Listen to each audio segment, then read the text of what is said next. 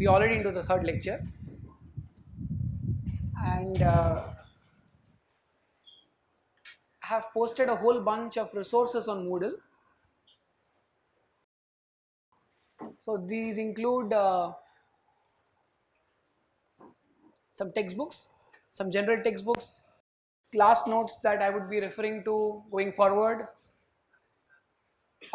different topics in AI, probabilistic models, Bayesian networks, class notes on search algorithms. There is this book, Elements of Statistical Learning by Hasty and Tipshirani. Deep learning book by Yoshua Bengio. So I've posted that as well. The lecture notes from some previous offerings. I have also YouTube, on YouTube I have some recordings of my previous offerings of machine learning. So you're welcome to look at them before a class, for example, if you need to get a warm start. So the compilation of all videos of previous offering, and then going down we have specifically the slides for lecture 1 that Professor Shivram taught you. Then lecture 2 was split into 2 parts: overview of probability theory and overview of linear algebra for ML. I have posted tutorial 1, which partly is about brush up of linear algebra probability and partly going forward into what we will discuss today. I've also posted class notes on basics of probability and statistics, given an overview of what those class notes contain, and some, again, these are more verbose class notes on linear algebra. So this is Moodle. Moodle will be updated all the time with resources that will be required going forward, as well as the resources that have been referred to so far. Almost every week we'll have some tutorial sheet. The tutorial sheet will be also very closely aligned with the lab session. So we'll have our first lab session today afternoon. For both this theory and the lab, we'll be making use of the SAFE app. So we'll use the SAFE app for in-class quizzes, which I'll also treat it as attendance. I don't need you to mark the attendance on the biometric system. I don't need that. So I'll make use of your presence on the SAFE app as attendance, though I will not allow students to come kind of enter last minute into the class. So we expect that you maintain decorum and not disturb the proceedings of the class. So come in as soon as you can. I understand that several of you might not need my lectures. I mean, you're sure you might benefit from lectures elsewhere, but in general it has been found that being tuned in with the class is useful. So hence, almost in your interest, I'm kind of mandating the attendance, and that's being done indirectly through the SAFE quizzes. How many of you have installed the SAFE app? I heard Bhaskar has already conducted a SAFE quiz last week. So we'll have our first run today, but you'll need to register for CS337 on Moodle. So we'll get started with our first topic, linear regression. There are several reasons we do this topic. It's actually simple, intuitive, and also helps you get a warm start into several topics that are other subtopics that you'll find handy. What comes to your mind when we say linear regression? What does regression mean? Okay, regression means going backward, yes. What else?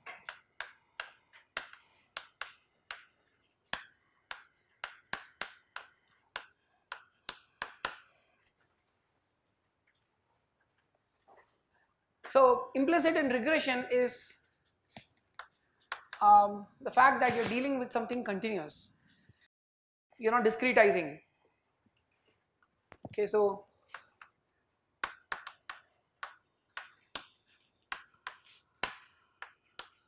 you're going backward in along continuous observations. You might want to do something as silly as relate the height of a person with a person's weight. Okay, so not the most intelligent way to spend your time, but let's say you get started here and you make some observations.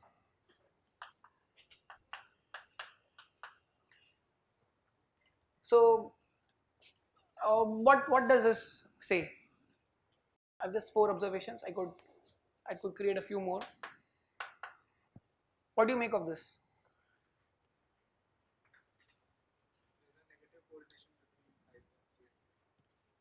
Negative correlation between height and weight. Does it make sense? So this is not what you would expect, right? At the least you would expect some positive correlation, but yes, whether it's linear, that's questionable. So this should basically completely throw you off guard. I mean, how can you have negative correlation? So let's say I make these observations. I go back, I realize that there was some major bug in my observations. I correct my process and now have these corrected observations. What do you make of this? Positive. Is it nearly linear? Nearly linear.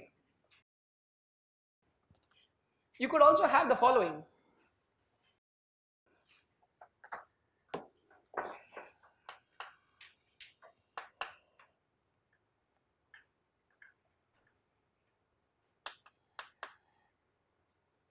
Now what is this?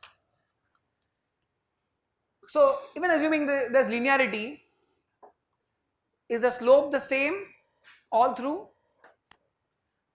Does it make real life sense? The child keeps growing in height and weight, and then comes a point when the height basically stops. I mean, the person starts putting weight, right? Unless he works out regularly. So there's a natural constraint on the height after a point, but there is no constraint on weight, unfortunately, right? You can keep accumulating weight. But what do you call this? There are 2 line segments, nearly. What do you call this kind of plot? If I were to interpolate, piecewise linear. So it is linear in pieces. So this is one, this is another, right?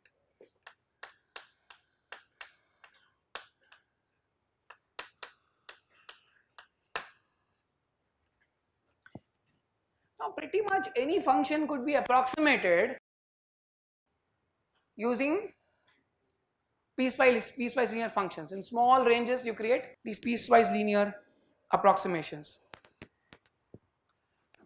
Okay, so we are going to use linear regression a bit more generally. So when we say linear regression, there are many connotations to linear regression here. One is within a specific range is linear,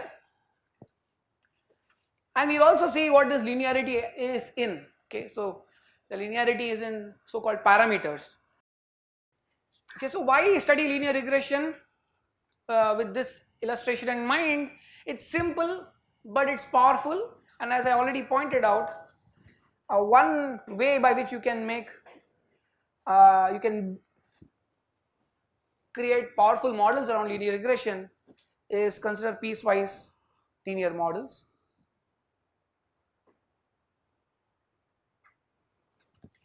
But as you'll see, you could also consider linearity in higher dimensional spaces. Okay, so you have some low dimensional data, for example image classification. In the space of pixels you probably don't have linearity, but you do some transformation on the image, and we'll see how you could do transformations. Or you have natural language text. I want to determine what will be the next word that a person will utter, right? If I say artificial, what do you expect to the next word? Obviously intelligence, right? Now a prediction model that gets you the next word could be linear in some sense, but this linearity could be in a very different dimensional space. So transformations of the input to create linearity in another dimensional space. So that's the other reason it becomes powerful.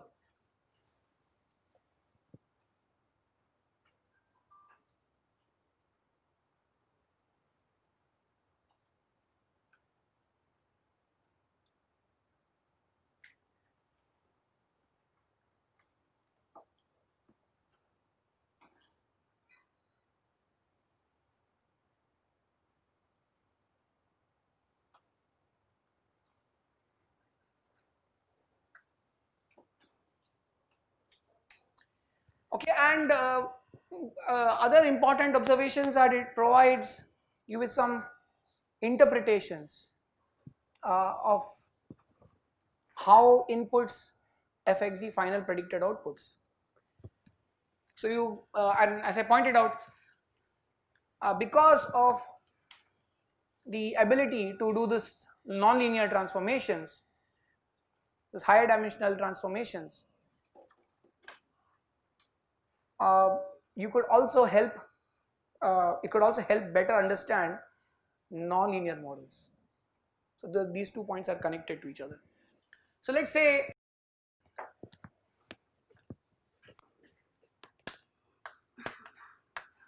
so I have height, and let's say there's this third dimension, maybe the width, waist width or whatever, right? Now I might not expect weight to be a linear function of height and weight, but if I considered a product of height and weight, height and width, sorry, right? Would you expect the weight to be linear in that? Possibly volume. Now height into width is basically area, right? But then it's closer enough to weight, right? So instead of height and so you might have this, but instead you could just consider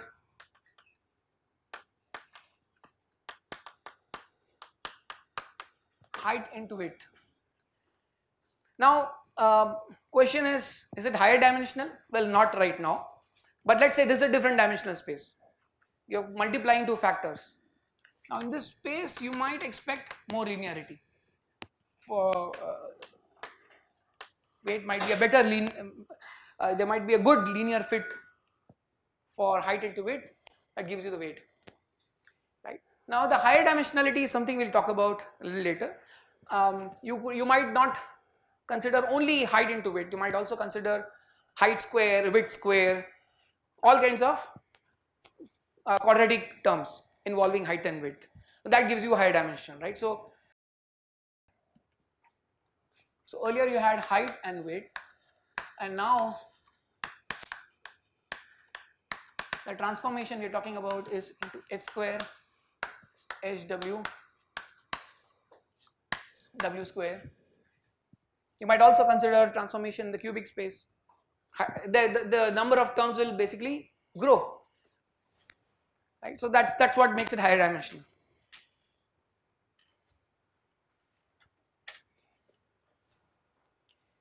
Okay, so let's look at some more examples of data and how we can best fit a curve to the data points. So what is data? I gave you some examples, one example here, but in general data is information about the problem at hand in some quantized form. Now there's an implicit unit associated with height and width, an implicit unit associated with weight, and there is also a level of precision to which you can measure, right? You might say, well, I'll measure height up to millimeters and not beyond that. So that's what we mean by quantization.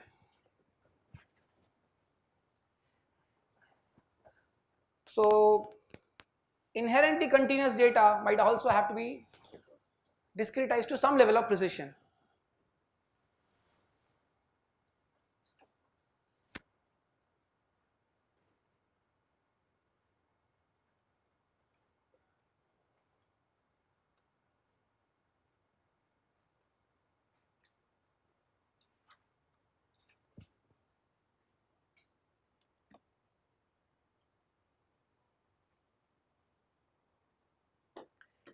Okay, so examples are prices of stock indices, prices of house, area, size of the house, temperature of a place, latitude, longitude and time of the year, and so on. Right? So all of these you could measure. And I tried predicting weight based on height, or I viewed weight as the dependent random variable, height as the independent random variable, but I could flip things. I could treat height as the dependent random variable and weight as the independent random variable. So whatever you're trying to predict is basically the dependent variable.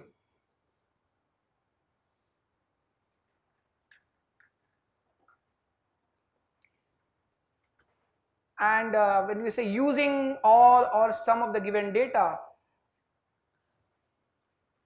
all that put together is basically the independent set of variables.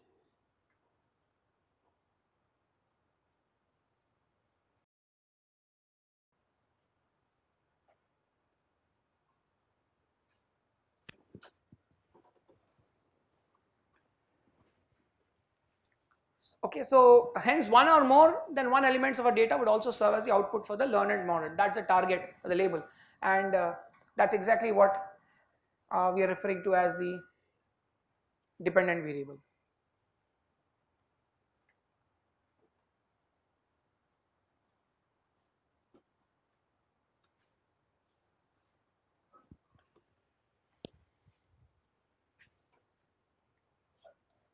So another classic case is advertisements. So if you watch YouTube regularly, you'll find advertisements popping up once in a while.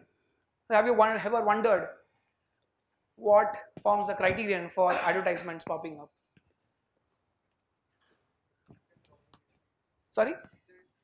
The kind of, yeah, what you watch. Right, for kids the advertisements could be different.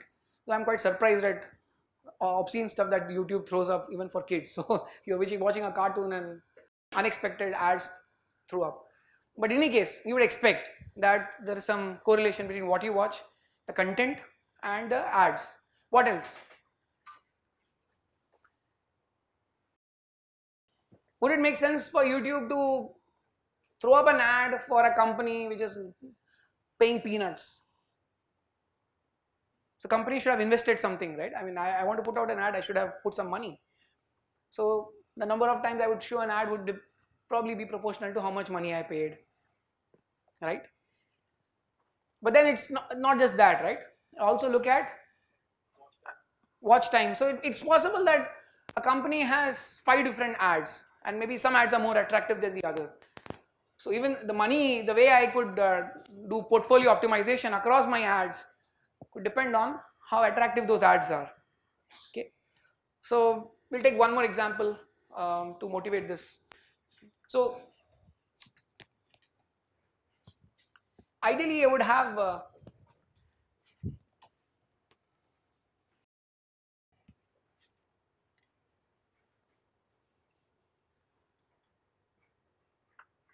I could have something like the watch time, the time for which I watch an ad depend on level of interestingness of the app, level of interestingness.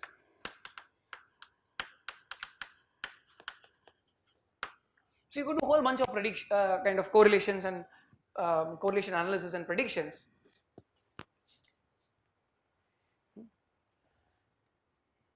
Now it's possible that the watch time for an ad, the time for which you watched an ad, is being measured incorrectly. What are reasons for incorrect measurements? Sorry? Yeah, YouTube bugs, it just crashes, the app crashes. What else? So I didn't really watch, the ad was just running. Probably that's what most people do. Skip, yeah, ads may not allow you to skip, but anyways, ad blocker, you might create ad blockers. Or yeah, it's just possible that you went offline and then came back online. There could be a kind of YouTube sync error. It has not really synced up the time on the server with your client, the browser. Okay, so there are multiple reasons why measurements can go wrong, despite best intentions. So surveys and measurements are subject to noise. So measurements may have random human errors. So even I go about measuring height, there could be precision errors. My instrument itself might be buggy. There could be instrumental errors. I mean, I gave this example of the possible bugs in the app or the entire protocol of measurement.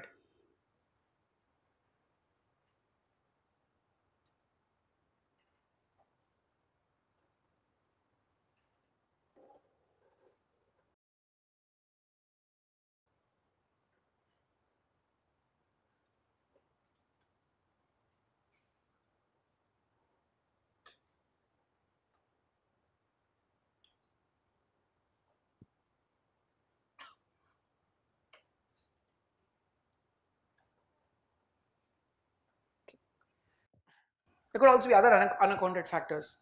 So when we say unaccounted factors, there is a tutorial problem you have.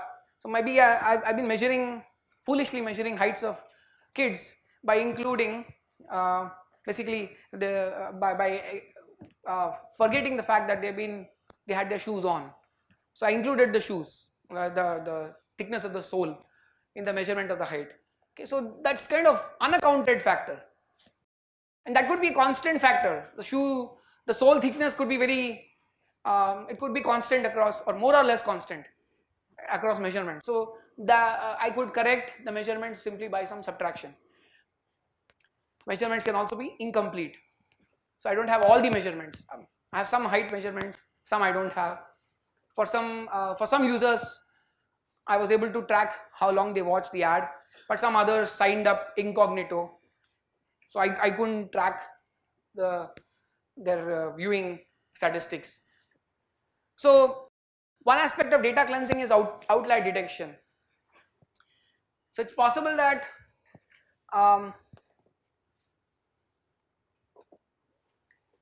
there are a whole bunch of people who seem to be very sincerely watching ads, and then there are a whole bunch of others, they seem to be very interested, right? And some ads are very interesting but people don't watch.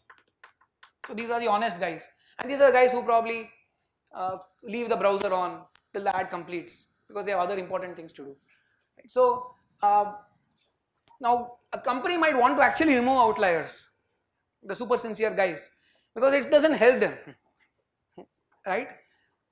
So what is an outlier is subject to that context. You need to understand the context of the problem, but I hope you appreciate that there is a notion of outlier. It just simply doesn't fit into the overall trend of things. So this is how you would expect the linear regression model to function, but here are those guys. In fact, these guys might be watching ads for long irrespective of their interestingness. They just keep the browser on for good and bad ads. Okay. So the company might want to simply chuck off these observations. So the concept of an outlier is relative to the model in some sense. So I had a model sitting here, and related to this, these observations are outliers. Okay, so let's take another example: variation of cost of the house with surface area. Where did I say height? Height. Okay, this is height in the sense the story in which the house is located. So Mumbai, how many people here from Mumbai? So South Mumbai had very expensive houses just because they had multi-story, and the higher you go up in a tower or a skyscraper, the more expensive the house gets, and that's by design how people charge. You have experience with this? So now and that's one reason why many of the old constructions go for reconstruction, redevelopment, just so that they get more money, the valuation of their house goes up. Okay, so this is some data we have. So find a pattern or curve which this data follows, hence predict the price for any height. So let's say I consider two models of prediction. This is one. I could have another model. Now this model is helping me extrapolate to a new observation, say here.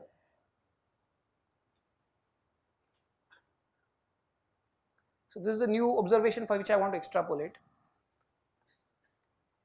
I could have another model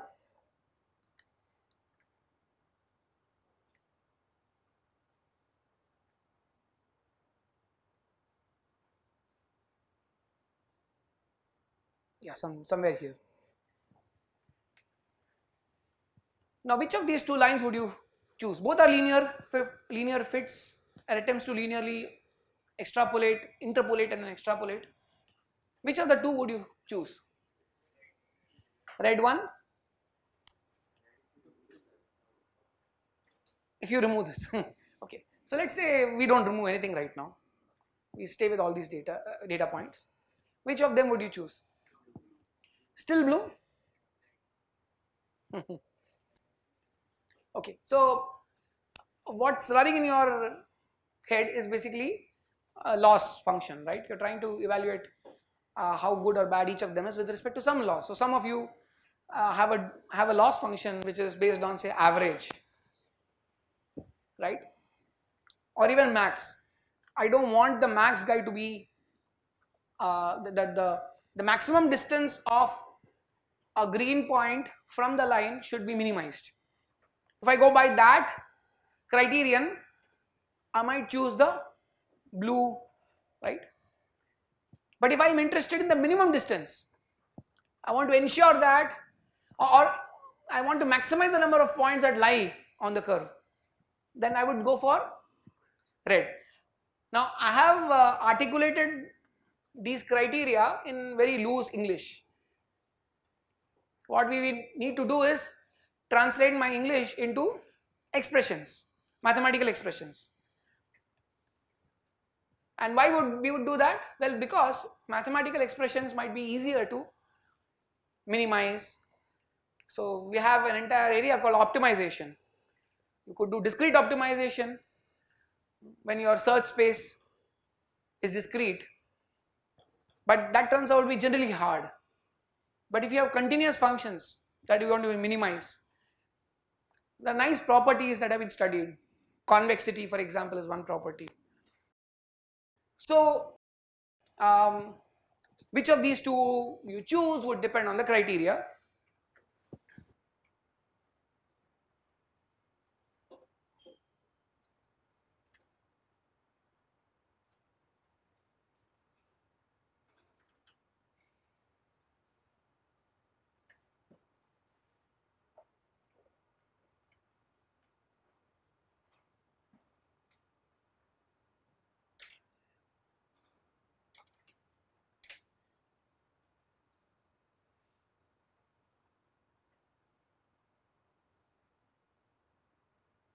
So I would like you to try and write down some criterion.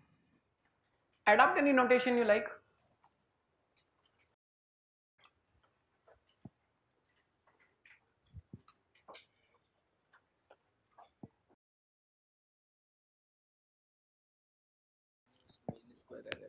Mean square error. So mean square error one. What else could you think of? Could you think of other criteria which would be better than mean square error, at least in some aspects? So if you're listed one, identify its strength and its weakness, and try and list alternatives.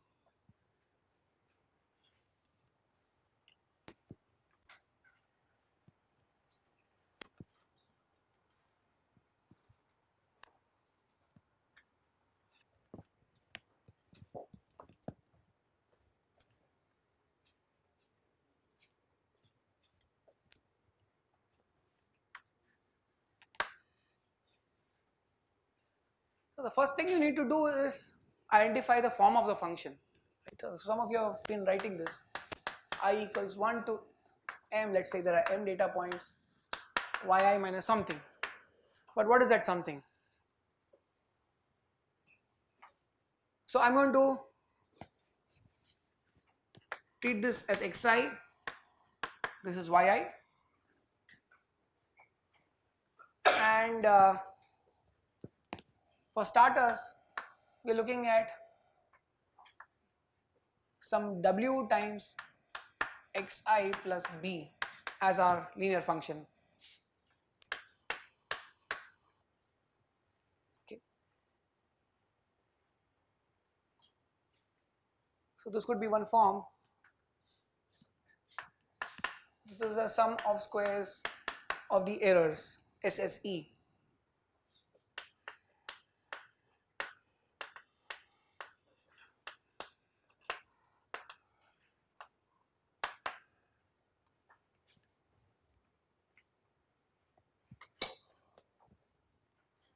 I'll try and write this separately. Wxi plus b is my function.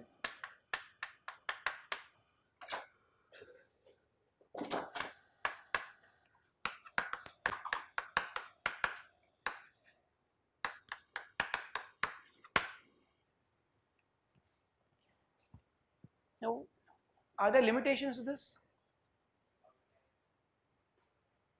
Outliers. So they assume that outliers are already dealt with. But what if you want your error to actually do the good job of also detecting or not being sensitive to outliers?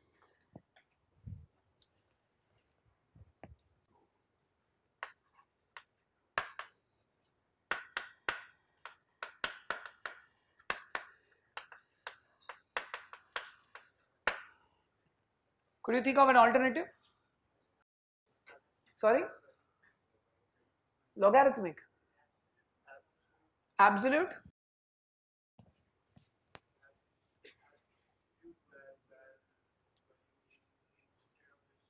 Right. Sum of absolute values.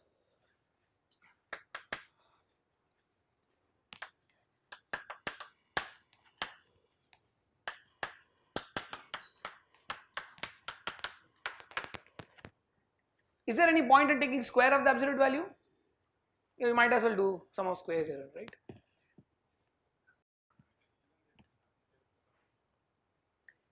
So is this as sensitive to outliers as the sum of squares error? Less sensitive. Why? So the first one has the outliers magnify, right? Because as the distance increases, the error increases quadratically. So this is just a linear increase.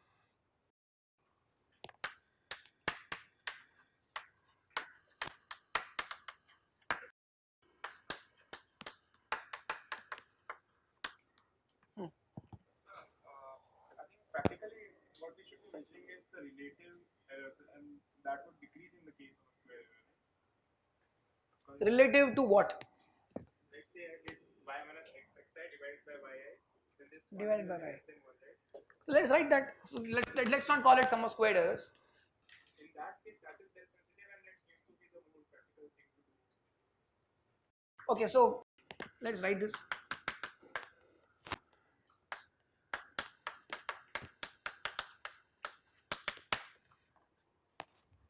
This is what you meant?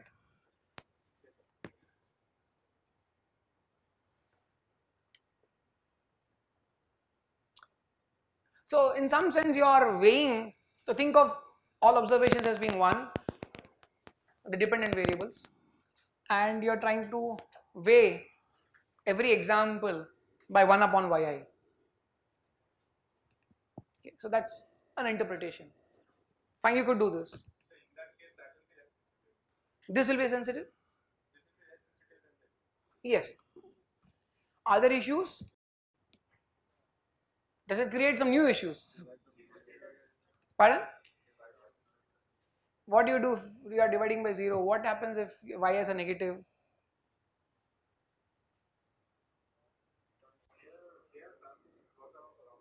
Yeah, but now think of the situation where you are predicting yi is very close to 0, it's negative, whereas fi being predicted is positive. Now suddenly the relative signs of fi and yi will become important. Okay, so there are, there's no free lunch. So you get something, you pay some price. So it all depends on what you want. So why are we doing all this? We're doing all this because we want to fit a curve so that in the future we do well. We do well in general, right? So error function must be such that it can capture how bad the prediction is.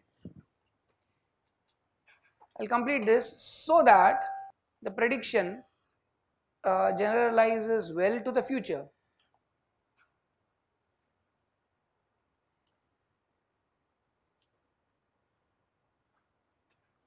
So for us, all this is part of the data set. This xi, yi's are all part of the data set, and all these are error functions. Error function is error is a function of the fit, the functional form of how you want to fit is linear in this case, and the data set, and these are all different error functions.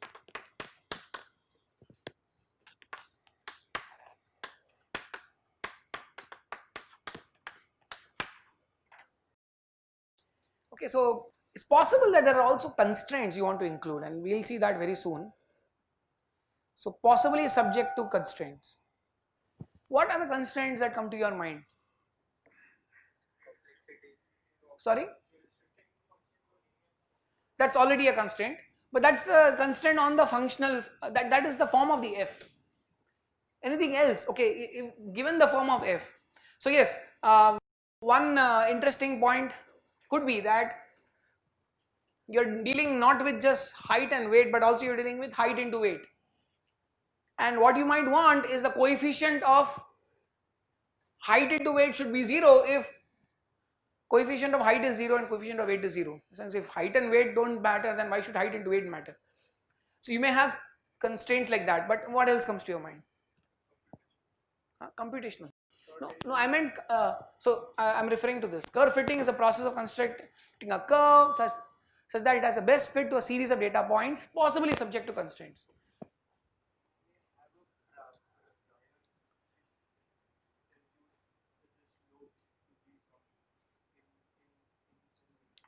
So you may have some prior knowledge that the slope is in a particular range. Well, that it might be just that 5 different people are measuring and you want the mean, the slopes to be close enough to the mean of the slopes across those 5 measurements. Okay, so we'll see more of constraints, but this one treatment to this constraint is through Bayesian priors.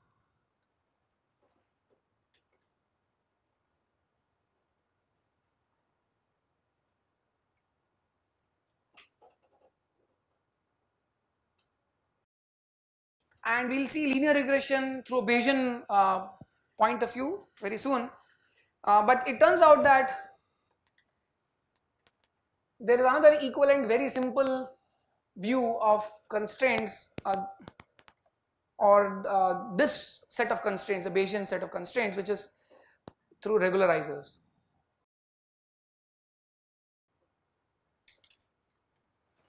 Okay, so these are two related areas.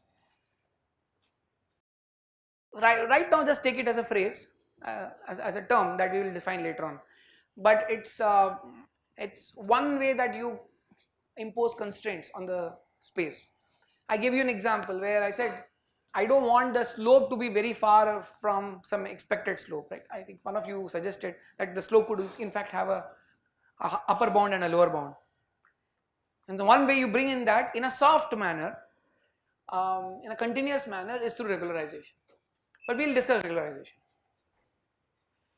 Okay, so yes, coming back, we want to discuss, we want to evaluate which is a better fit between the blue and the red.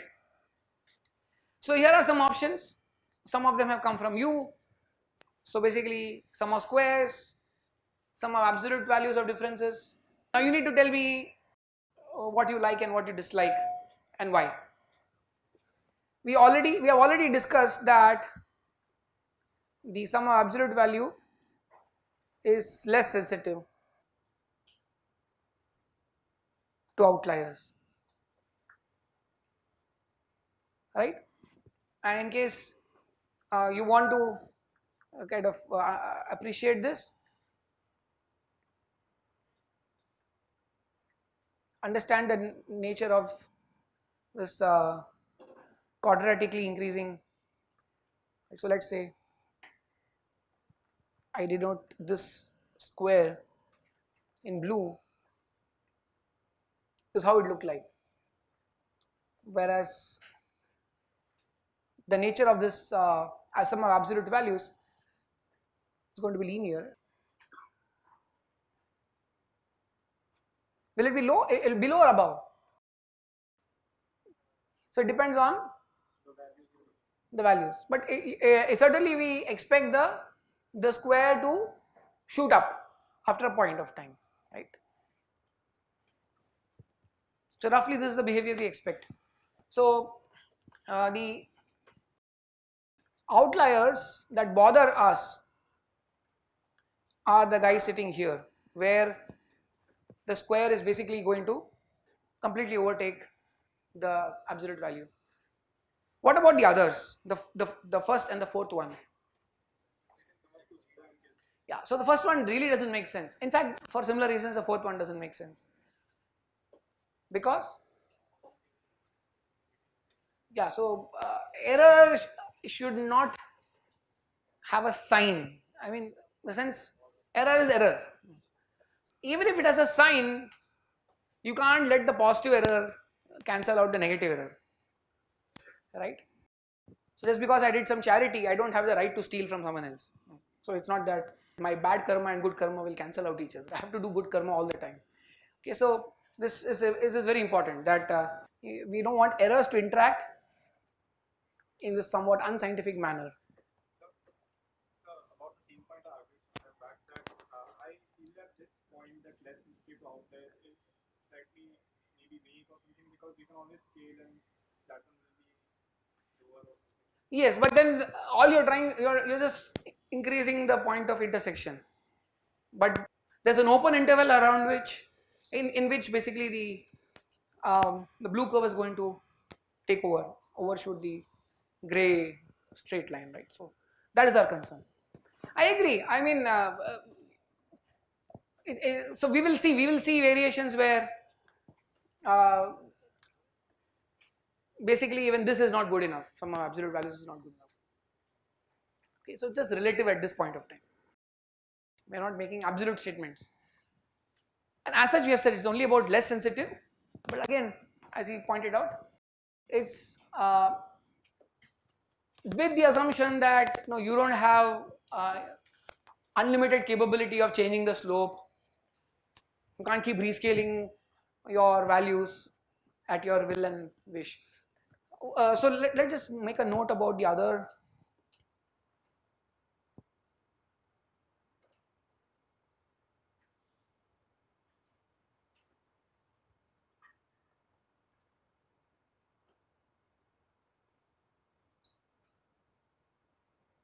Okay.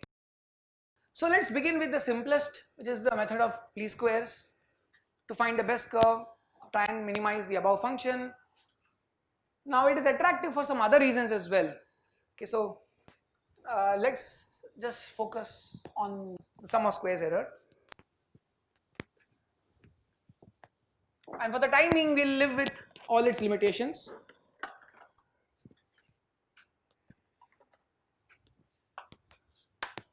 But what we know is it's continuous and differentiable.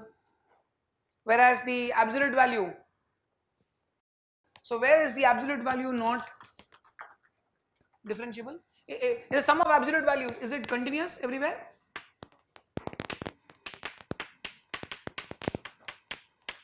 This is continuous everywhere, but it is not differentiable at, well, not differentiable where yi equals f of xi, right?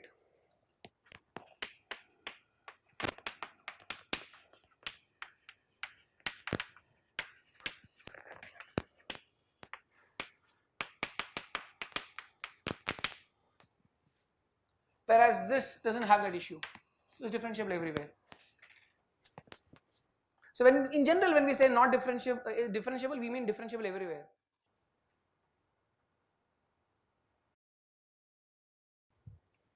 Okay. And can be visualized as a square of Euclidean distance between predicted points and actual points. Though this Euclidean distance is basically in a single dimensional space.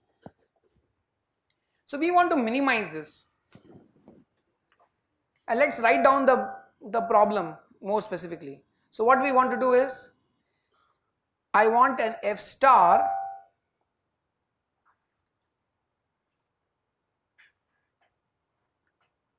which is the minimizer, and minimizer we will denote using argmin. Argmin means the argument that minimizes. So what we are interested in is f star which is argmin over f of this error function. This is what we are interested in. Okay, and let's say these were the points. So you have multiple f's. This is also an f. This is also an f. But we are basically seeking this f star.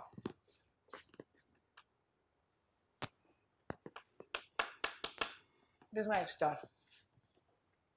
So my search space includes all the linear functions f.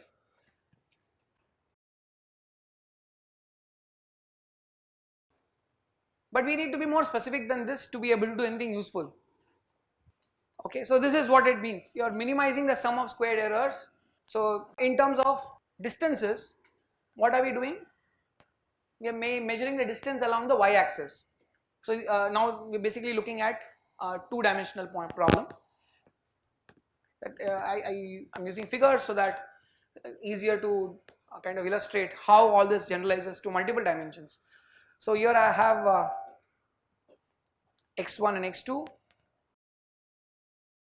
and instead of just w1 I have w1 and w2. Okay, so the minimization in this setting would mean the following. My f star is basically what?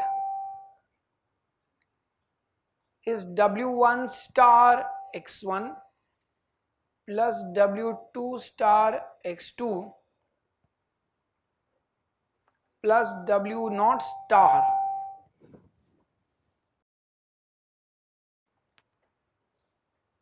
which minimizes this error function, and you are minimizing it with respect to all possible w1, w2 and w0. So when I say differentiable, now I'm talking about specifically being differentiable with respect to w1 and w2, w1, w2 and w0. Okay, so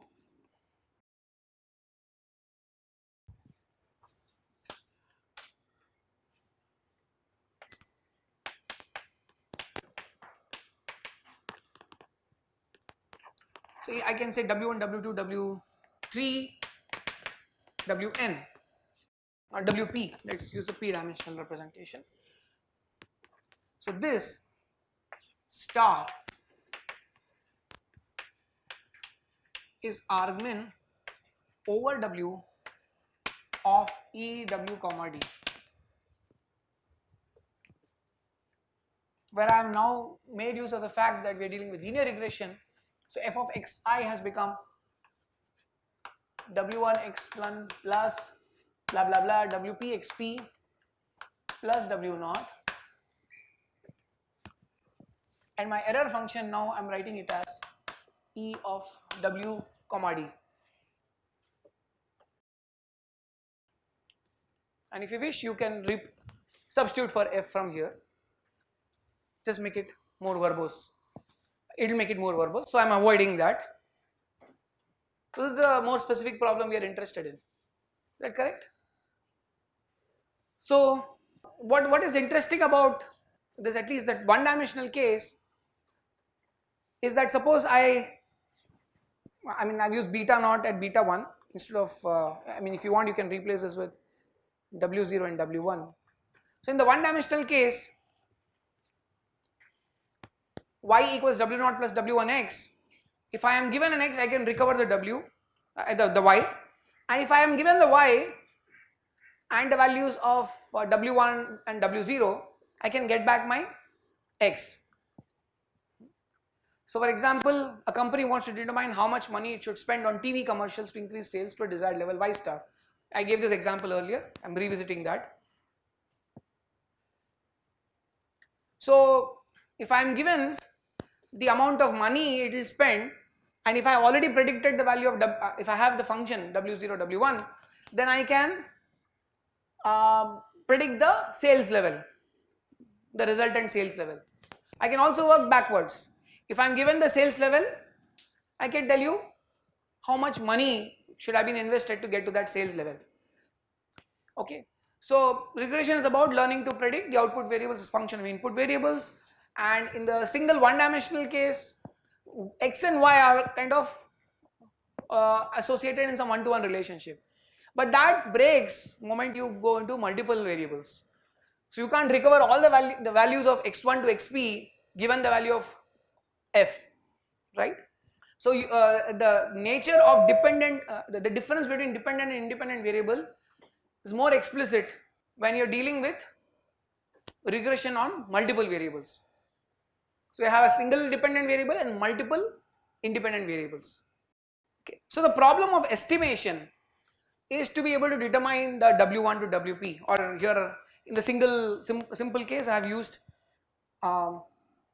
beta 0 and beta 1 just to distinguish. So this is, let me just write down some of the observations I made just now.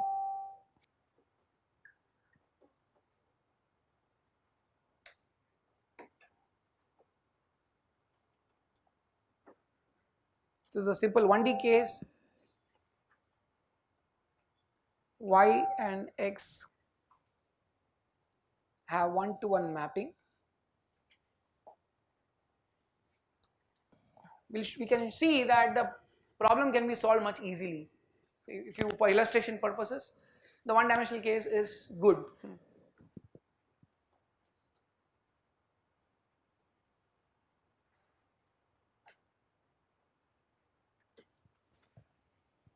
But in both cases, the estimation problem is exactly this.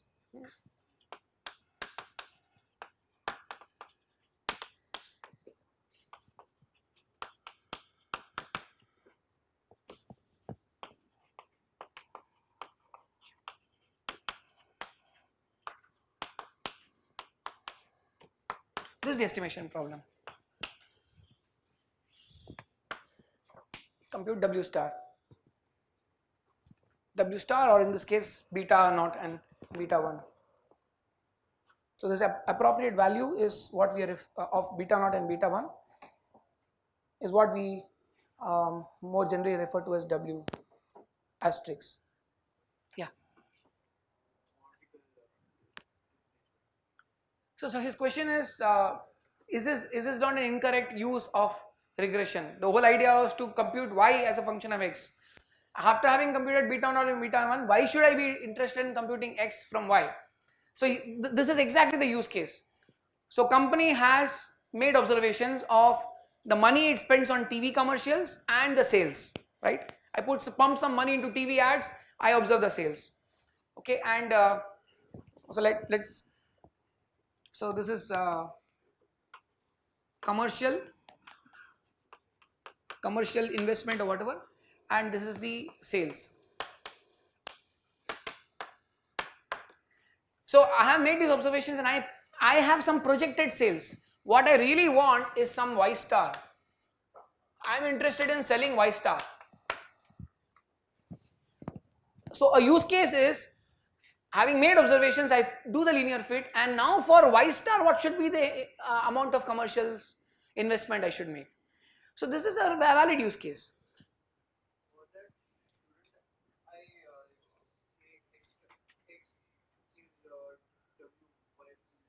So should you not solve the reverse problem? It all depends on what is more frequent. In this case, this is just one side query. We are still interested in predicting sales based on the amount of investment in commercials in general. But I just want to illustrate for the single variable case, you could also work backwards. But yeah, this should not be the frequent query. This is a once in a while query. Okay. What you are more interested in frequently answering is, given the amount of commercial investment, what is the TV sales? What are the sales of that product? And in general, you could have a lot of scatter like this. So this should start raising this question whether linear was really required here. And is this looking linear at all? So possibly we have missed some other variables here, right? It may be linear in some higher dimensional space. So think of this, think of TV ads as one, newspaper ads as another, right? So maybe there are 5 different places where we put on advertisements, hoardings, we put advertisements on hoardings. The sales could be a function of all of them. But what have I done? I have ignored all those advertising channels and projected everything on TV ads. And as a result, I find a lot of clutter here. So remember when I said higher dimensional space, if possibly I could get that higher dimensional space, I might still find it to be linear there. So projection has messed things up a bit. That making sense? But this is actual real data, so let's try and yeah. So how could sales be a non-linear function? So that's the question. Could sales be a non-linear function of TV advertising? So maybe it's not just, so let's forget other channels. Let's say it is TV advertisement. Let's go back to this figure only, and let's say the TV advertisement itself was a very complex object. So is TV advertisement, um, does it have something called how long the duration of the advertisement is? Yes, right? What else can it have? What are the other aspects or attributes of a TV advertisement? Time of the day when it is shown, right? Channel on video, probably you chose the wrong channel. So to get rid of this clutter, what we will do is treat this TV advertisement as an object and actually have features on that object. Okay, so what we will do is, let's say X is the TV ad. Now I will develop something called a feature function. F1x is duration of TV ad. I'll have phi2x. What could this be? Channel.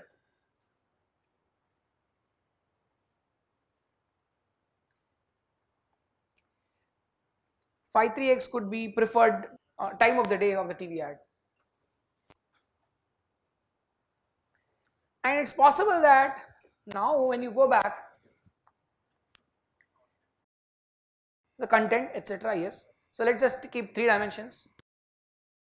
Beyond that, it's going to be difficult for me here. So, in fact, even 3 is going to be difficult. So let's just do phi1 and phi2. Okay, and maybe now in this space, the clutter becomes less. And now these are basically in 3 dimension. And what appeared to be all over the space is now fitting in well with a plane. It's a line basically, it's a line, but when you projected it, you couldn't get the line. Okay, so what we will do is move away from x1, x2, xp, but what x1, x2, xp were basically attributes or features, phi's. Okay, so we'll just generalize this notation. X for us will just remain an object, and phi1x until phi px will be the attributes of that object. So xi should always denote the ith object and not the attribute of the object. In my previous expression, I was using I to index both the object and the attribute of the object, so that was messing up things a bit. This is the cleaner notation. Xi is the ith TV ad, and phi j of xi is the jth observation, jth attribute, jth feature of that ad. Okay, so I'll feel free now to put back my xi. I is my TV ad, ith TV ad. Say I'm dealing with the ith TV ad everywhere, and phi j xi is jth attribute of the ith TV ad. So we have now 2 indices, and now we are again revisit what is linear regression. So linear regression is linear in what? It's linear in the features. Okay, it's no longer linear in xi, because xi you are viewing through the lens of features. Now the features could be complex. The jth feature could be a product of the height and weight. So it is no longer linear in height and weight, but it is still linear in the features. So this is a very important point I want to drive home, which is linear regression is about linearity in the feature space, in the space of attributes, attribute values. You can make the attribute values complex, then you are basically getting non-linear regression in the original space and linear regression in the attribute space. Okay, so for example, it's possible to have phi 20 xi as time duration of ad into time of day of that ad. Now this might sound funny, this might sound non-intuitive, but this is possible. So linear regression will then be linear in 520 but non-linear in the time duration. So if you go back to this pink curve, it is linear in the feature 5Js,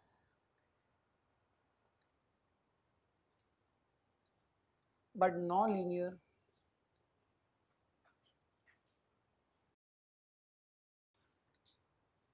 in time duration. I hope this is very clear to everyone. I'll become more clear in the lab assignments. Okay, now with this we'll march on. So we have developed the data set. Xj, Yj so far was a symbol, was a specific example. Okay, I'm using J here. I could have used I here. Let me just change this to I training example. So I have M such training examples. The X's are the input or the independent variables, Y's are the output variables, and the phi's are the attribute. They are also called the basis functions. The matrix phi could be defined now, this capital phi. So the ith row of this matrix is the attribute vector for the ith input instance.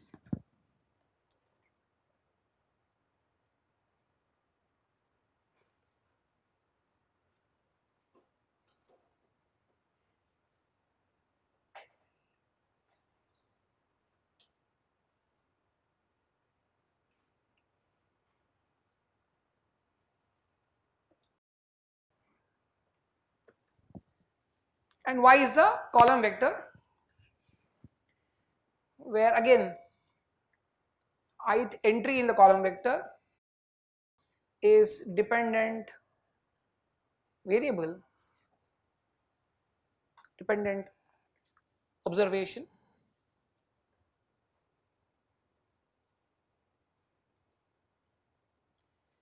for ith input instance.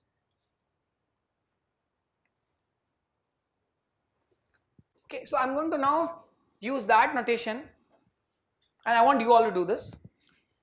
So this is now we'll get into matrix notations and vector spaces.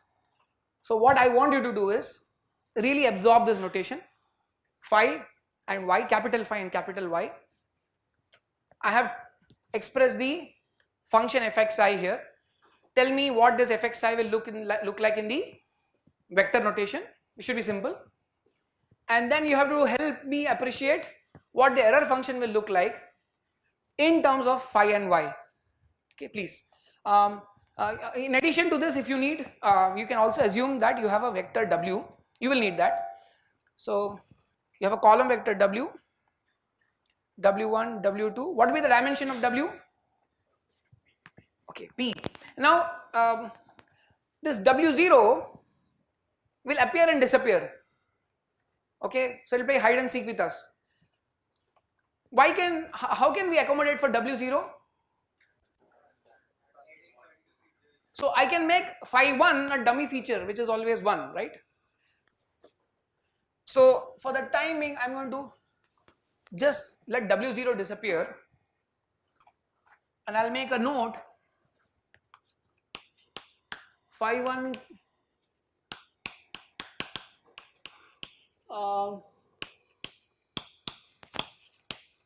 let's just say could be, doesn't matter, equal to 1.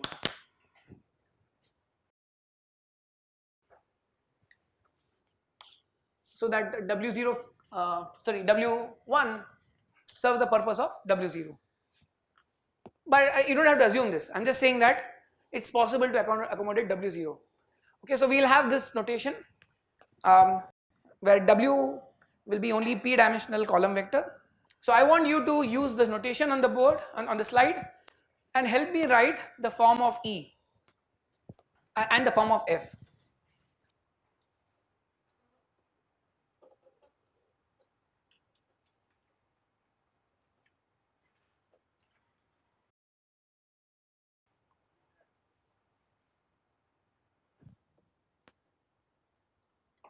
What will be the form of F? What will be the form of E? And what will be the form? What will estimation look like? So this W is a vector.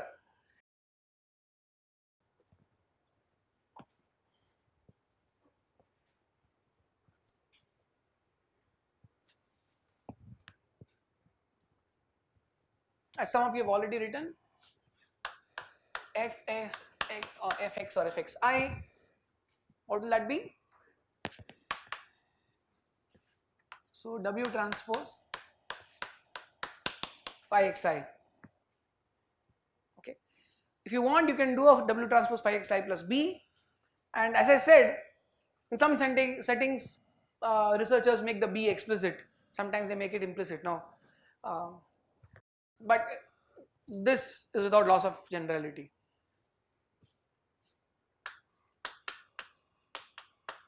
EWD is, so what is that? Summation, sum of squares. Where do you find that happening? So if I had this yi minus fxi, fx1, fx2, whatever, stacked one on top of the other. Let's say this was my vector, and I take the norm. You all know the norm? You have all done norm, right? Euclidean norm. And if I take the Euclidean norm square, what would you get? You get exactly E. Okay, so E can be written as this, or you can be more compact and say the vector y minus. Now how do I get this vector of fx's?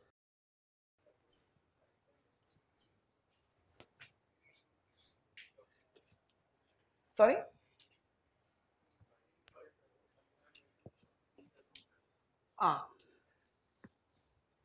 So let's make some observation on the board. So if I do the following, I take this phi and post multiply that by W. What will be phi W? Be the first row multiplied by this. So this is basically what? Summation over I equals 1 to P Wi phi I, oh sorry, Wj, let's use J here.